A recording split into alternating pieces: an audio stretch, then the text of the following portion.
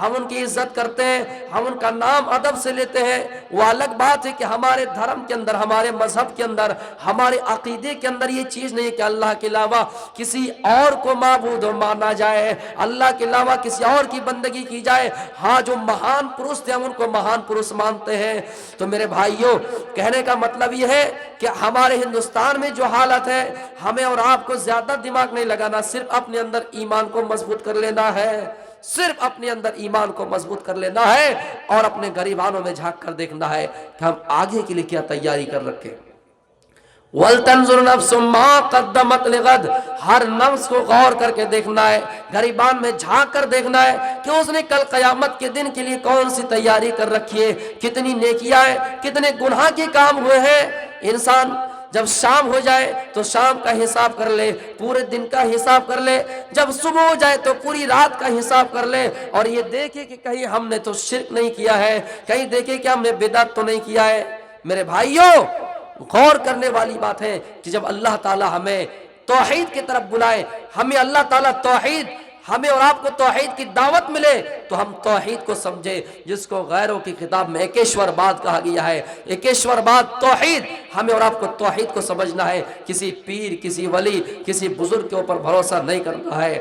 شیخ جو عبد القادر جیلانی ہے, ان کو ہمارے مسلم بھائیوں نے بہت بڑا درجہ دیا ہے. پیران پیر کا ہے, غوث اعظم کا ہے, ان کا ایک دھوبی ہے. کہا جاتا ہے کہ جب ان کا دھوبی انتقال کر گیا, ان کا دھوبی مر گیا, تو مرنے کے بعد جب قبر میں سوال و جواب کرنے کے لیے, حساب لینے کے لیے, سوال جواب پوچھنے کے لیے منکر نکیر آئے, جب سوال کیا کہ من ربو کا, تمہارا رب کون ہے, تو پیران پیر عبد القادر جیلانی کی جو دھوبی تھے, انہوں نے کہا کہ میں دھوبی ہوں, میں غوث اعظم کا دھوبی ہوں, میں پیران پیر کا دھوبی ہوں, میں غوث اعظم کا دھوبی ہوں. میرے بھائیوں, من گھڑت اور یہ جھوٹی باتیں ہیں جس کا قرآن و حدیث سے کوئی تعلق نہیں, نہ کسی کتاب میں موجود ہے, نہ کسی اچھی اور معتبر لوگوں نے اس کو بیان کیا ہے. صرف اپنی طرف سے من گھڑت باتیں ہیں, موضوع روایت ہے, اپنی طرف سے من گھڑت قصے اور کہانیاں ہیں. ہمیں اللہ تعالیٰ اس چیز سے بچائے.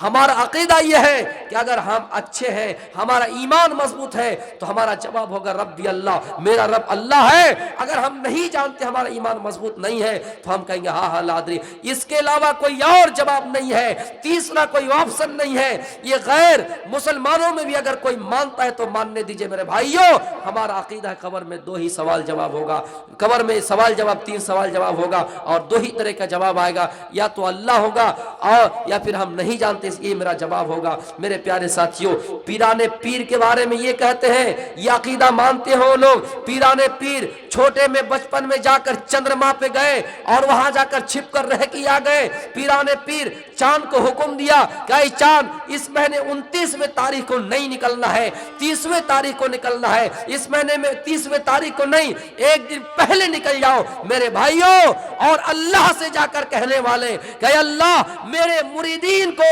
ایک بار نہیں 3 بار کہنے والے کہ میرے مریدین کو جنت نصیب فرما. میرے بھائیوں, ایسی کوئی بات نہیں ہے. وہی پیران پیر جب پہلی ملاقات ملک الموت سے ہوئی, ان کا انتقال ہوا تو دوبارہ زمین کے اندر نہیں آیا. اس لیے ہم بدعت سے بچے, خرافات سے بچے, واہیات سے بچے, اور اپنا ایمان مضبوط کریں, عقیدہ مضبوط کریں, توحید پر رہیں.